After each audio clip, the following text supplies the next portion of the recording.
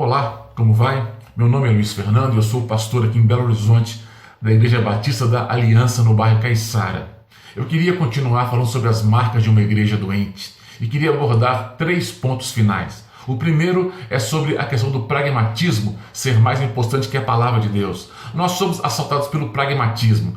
É uma filosofia que diz que se funciona, deve ser de Deus. Não perguntamos se está apoiado na palavra de Deus. Deu resultado, esqueça o resto. Teve um pregador, algum tempo atrás, pela televisão, que ele disse que não recolheria a oferta daquele mês porque havia entrado muito dinheiro para a sua instituição após trazer um profeta norte-americano que havia prometido uma unção financeira ilimitada por uma oferta de R$900. Ora, esse pregador deve ter jogado no lixo a sua razão, a sua consciência e a palavra de Deus. E deve ter entrado muito dinheiro mesmo. Parece-me que tais pessoas, ou para tais pessoas, os meios justificam os fins. Nem tudo que dá certo tem apoio na palavra de Deus.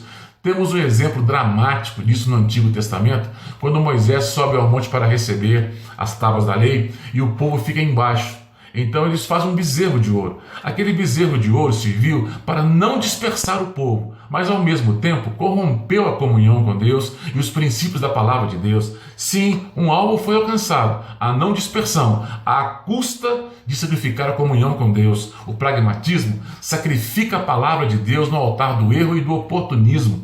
A igreja está doente porque aceita os resultados sem prová-los pela palavra. Está doente porque a palavra foi preterida como regra de fé e prática. O segundo ponto é emoção sim, razão não. Irmãos, os cristãos modernos são chorosos, gritadores, histéricos, menos racionais. Pastores, não em sua maioria, eles incentivam esse modo irracional de ser e a emoção ao extremo como forma de espiritualidade. Acham que se o povo gritar e pular é porque o Espírito Santo está agindo. Não me entendam mal, creio que se o Espírito Santo e Deus se chegarem a um culto, então isso vai tocar em cada célula do corpo humano e nós teremos comportamentos não convencionais, como aconteceu com Jonathan Edwards do século XVIII. Mas, irmãos, somente emoção, sem razão, é um absurdo incompreensível. O grande teólogo John Mackay já dizia: ação sem reflexão é paralisia total da razão. Irmãos, há muitas igrejas onde existe a mania de dar o brado de vitória, aquele grito histérico de vitória na igreja. O povo grita até ficar rouco. Isso, em psicologia, é catarse pura, ou seja, mais confundem em sair da igreja aliviados do que abençoados. Se você estiver estressado e gritar ou chutar uma porta, você vai ter alívio imediato. Mas isso quer dizer que você foi abençoado? Claro que não. Paulo nos encoraja em Romanos para que busquemos a sabedoria e o conhecimento para aprovarmos as obras de Deus, que prestemos a Deus um culto racional para experimentarmos a boa, perfeita e agradável vontade dele. Irmãos, a igreja está doente porque exalta a emoção, esquece-se da razão. Está doente porque o arrepio vale mais do que a palavra, que em tudo pode nos tornar aptos para a salvação. Irmãos, o segundo ponto que eu quero falar é sobre o evangelho da cruz foi sacrificado no altar de Mamon.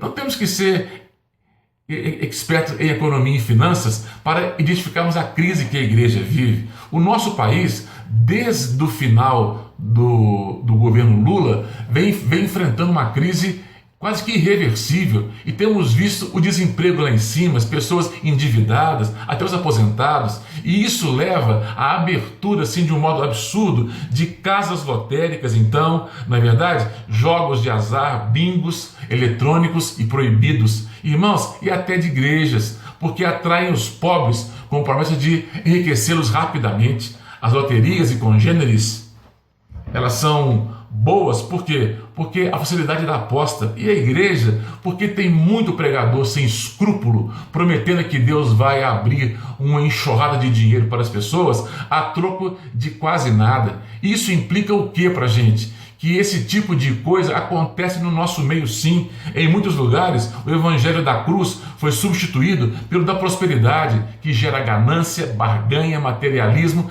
e grandes frustrações. Sabemos que a maioria nunca chegará a gozar dessas bênçãos que são prometidas por pregadores gananciosos, materialistas e desumanos. Está emergindo toda uma geração de cristãos frustrados com o Evangelho de Cristo. Pessoas que no médio e longo prazo nada farão pelo reino de Deus, porque terão de conviver e superar as frustrações que tiveram nas igrejas que pregam tais distorções. Há bem pouco tempo, dizíamos que os católicos eram idólatras porque adoravam santos e imagens. Agora nós nos deparamos com uma idolatria dentro ou no seio da igreja evangélica, que é o culto a Mamon. A igreja está doente porque oferece os benefícios da cruz sem passar pela cruz. Está doente porque aponta para este mundo como um fim em si mesmo. A igreja está doente porque se esqueceu de dizer ao homem que somos peregrinos em um mundo hostil a Cristo e ao seu Evangelho. E por fim, eu queria falar sobre a teologia e clareza doutrinária. Não tem mais lugar na igreja, mas revelação tem lugar na igreja. Hoje em dia, para tudo, há uma nova unção. Há uma unção, por exemplo, de nobreza de Salomão, onde a pessoa dá 10 mil reais e recebe essa unção. A unção de Abraão, por ter agarrado a camisa de um profeta judeu norte-americano.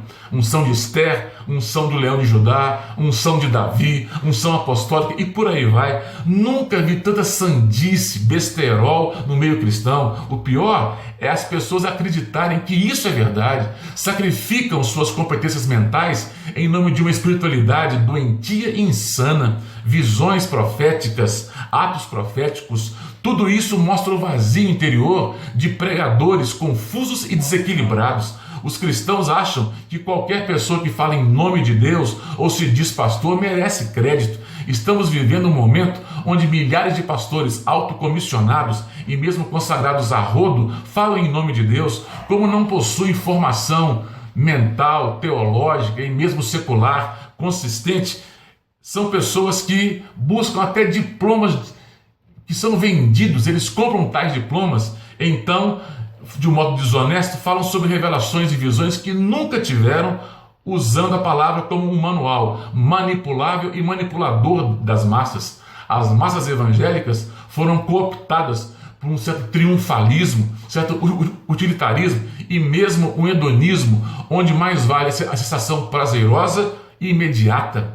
Tem mais valor a estética do que a ética, o sentir e o não pensar, e a quantidade e não a qualidade. A igreja está doente porque as novas revelações são mais importantes que a revelação da palavra de Deus. A igreja está doente porque os sentimentos são mais valorizados que o pensar consistente. Está doente porque relativizou a palavra de Deus. Doente porque não possui mais valores absolutos. Mas, irmãos, eu tenho esperança, porque Cristo está no trono e é o fundador e senhor da igreja. Ele ainda há de trazer para a igreja um avivamento, onde nós seremos tocados por Deus, pela palavra, e vamos restaurar aquilo que é sério em nosso meio, não é? Ainda resta esperança, porque tem homens e mulheres de Deus que pagam um preço pela sanidade, integridade, e não se curvam, nem se embriagam com essas posturas alucinadoras. Tem servos de Deus que não se venderam, nem pagaram por bênçãos, nem relativizaram os fundamentos da fé de uma vida cristã integral. Irmãos, ainda há esperança,